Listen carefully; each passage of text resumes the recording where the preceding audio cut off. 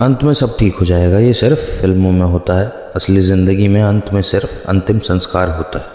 जो बदलना है अभी बदलो। एक बूढ़ा राजा था, उसने अपने दरबार में भव्य उत्सव रखा था।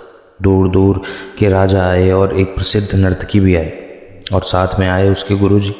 पूरी रात नृत्य चलता रहा, संगीत गूंजता रहा, सब मंत्रमुग्ध बैठे रहे। लेकिन सुबह ही ब्रह्म मुहूर्त बेला में अचानक तबला बजाने वाला ऊँघने लगा। नर्तकी घबरा गई। उसे पता चला कि अगर राजा ने देख लिया तो सज़ा तय है। तभी उसने धीरे से एक दुआ कहा, घनी गई थोड़ी रही, या में पल पल जाए, एक पलक के कारण यूं न कलंक लगाए। बस इतना सुनते ही तबला वादक चौकन्ना हो गया। लेकिन असली चौंकाने वाली बात अभी बाकी थी। सबसे पहले युवराज उठा, उसने अपना मुकुट उतारा और नर्तकी के चरणों में रख दिया।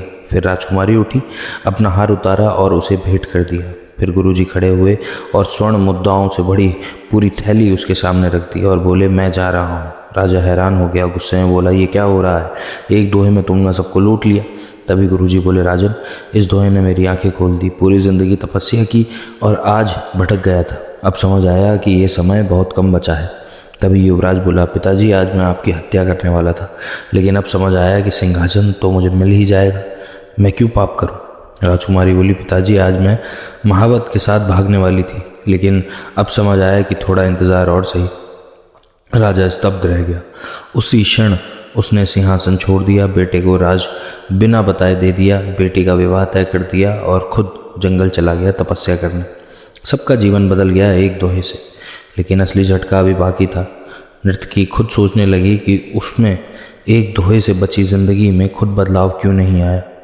और उसी पल उसने भी नृत्य छोड़ दिया और भगवान की भक्ति में चली गई।